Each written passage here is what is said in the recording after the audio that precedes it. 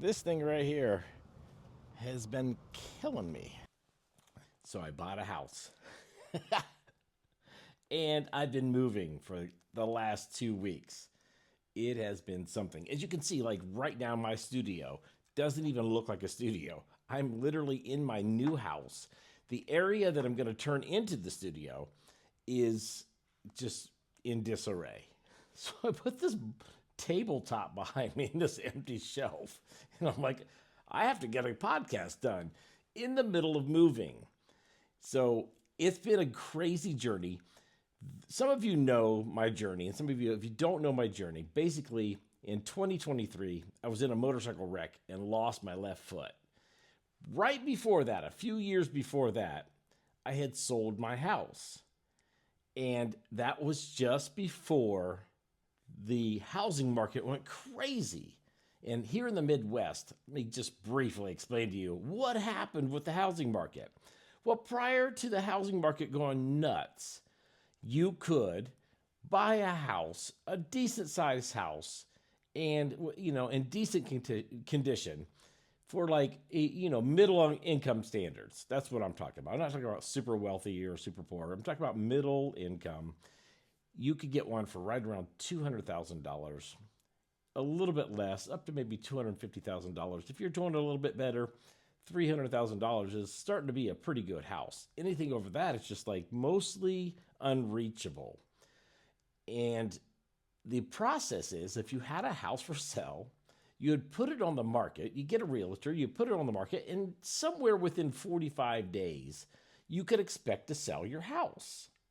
And then somebody would come along and offer you $10,000 or $20,000 less than what you're asking for it. And that was the housing market when I was selling my house. And I sold it, and I was happy to have sold it, and I was ready to go look for another house. The problem was that the housing market went nuts. Don't know what happened. Somebody flipped a switch, and all of a sudden, people were buying houses like crazy. They were buying them so fast. Like when you put your house up for sale, right after I'd sold my house, people were buying them the same day. They were like within a day or two, you were getting offers like crazy. And they were offering like 10,000, 20,000 over your asking price, not under. People were going nuts, and it lasted several years. And it's kind of still happening right now, but it's settling down. So I put myself on a long wait. I'm not buying a house. I have to wait till this craziness settles down. And it's starting to settle a little bit. So I did just buy a house. Definitely a lot more money for this house than I would have spent a few years ago. But in this market, you just got to kind of bite the bullet and do your thing. I'm super happy about it. It's got an acre and it's got garage and it's got, space for a studio. So I'm really, really happy about this whole process. Where I'm having the struggle is it's moving time. So one, I'm an amputee. Two, I don't like people helping me move.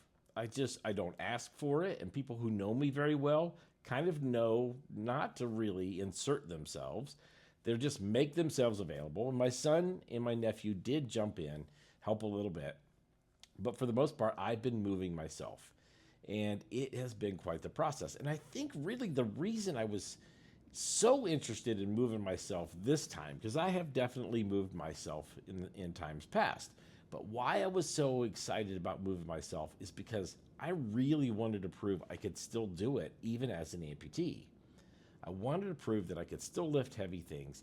So yes, I was moving washers and dryers upstairs and then downstairs and moving couches. I mean, there was things happening, and I was making them happen. And I was pretty excited about the whole process. But I have this podcast going on, and I have a business partner in the podcast, Dusty. You've heard me talk about Dusty before. Dusty is doing an amazing job kind of managing all of the content that I make and making sure it gets broadcasted and when it gets published and where and what time. And he's working out all those details and following algorithms and everything. But he is merciless. even in the process of me moving, he's like, "You're going to get some shows done, right?" I'm like, "I took time off of work. I, I need to move." He said, "Just get a couple shows done." So here I am, stopping the moving process, setting up a quick studio so that I can get this show recorded and talk about the process of me moving as an amputee. Well, everything has been going pretty well with my second new socket, and it's been working. I've been working on it for 14, 15, 16 hours a day, and it's not really been an issue. But I haven't been doing work like what I've been doing while I'm moving.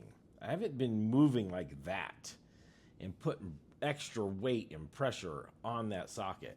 So I've pretty much trashed that socket. I mean, not really, but it started hurting really, really bad. And if you've been paying attention, in the past few episodes, I've been talking about how I've lost weight. And, I would think a week ago, it was sneaking up on 50 pounds, and now I'm over 50 pounds. And that's really something I feel amazing about. But the nub keeps getting smaller and smaller. And I'm like, oh my gosh, this thing. So my second socket, the one they fitted me for in March, and here we are in November, the socket's so much bigger than the actual nub. And I've showed this on I think a couple podcasts ago, but it just keeps getting smaller and smaller. So I have to keep adding layers and layers. Well, the layers that I'm adding aren't really grabbing that nub the correct way, and it's putting pressure on weird spots in my leg and pressing in on nerves and just sending an intense amount of pain. So I've been lifting things and sliding them and just sitting down and like, oh, this hurts so bad. Then I finally made the decision, I need to go see my prosthetist, because they can make adjustments to the socket. They can put some padded layers in there and sand and grind, and I don't know what all they do. So I made the decision, I made an appointment in the middle of me moving and everything. In fact, I had a trailer on the back of my truck when I went to see my prosthetist, because I knew when I left there, I was going to keep on moving and I had to get stuff done. So I pull up in this big old trailer and I get out and I walk up to the prosthetist's office. This thing right here has been killing me. So now I'm showing up to my prosthetist's office and see if they can't fix me up. And I sit down and get, a few explanations out about what's going on in the pain. And then they take the socket and they go disappear for like 20 minutes, maybe longer. And you're just kind of sitting in this room, nothing to do. I filmed some of it, and you can see I'm just kind of like killing time and nodding off a little bit.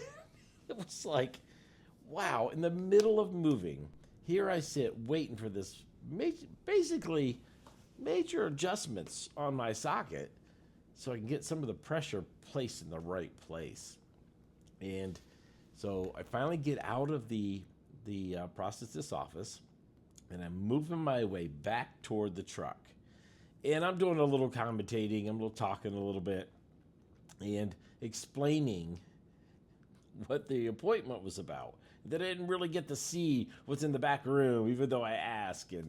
And anyway, in the middle of this explanation, I reach into my pocket and I pull keys out. I have like several sets of keys going on for storage units and house and new house and truck and this car and whatever. I had the wrong keys for that truck. I had locked my keys inside that truck. And then I had to figure out, what am I going to do? My whole day has been slowed down by getting the socket taken care of. Now I'm going to be slowed down because I've locked myself out of a truck. So let's see what happens. Give it down a little bit and put some padding in there. Kind of get you going. I'm ready for a new socket. Everybody knows that. Insurance is weird about stuff like that. Like, hey, you can't just be willy-nilly passing out $10,000 sockets, whatever they cost. So, yeah, so I basically have to get by on this socket for a little while and keep filling it up. These are not the keys to get into there. These are the wrong keys. The keys I need to unlock this door, they're inside this truck. Well,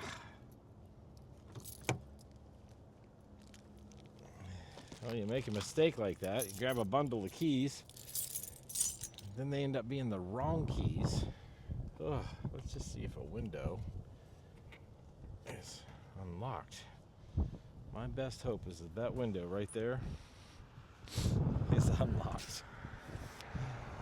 I have changed gears, gone from talking about the uncomfortableness of my leg, and now I might have to break into my truck. This is a big setback. Oh, look at that. Look at that. Now I have to crawl in there. Oh my gosh.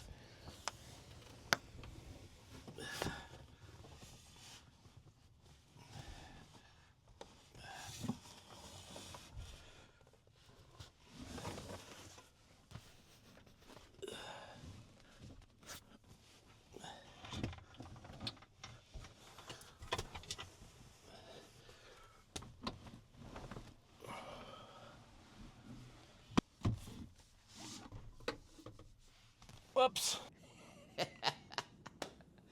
And as you can see, I had got lucky in that whole situation. And thank goodness that I had lost 50 pounds, or I would have never made it through that window.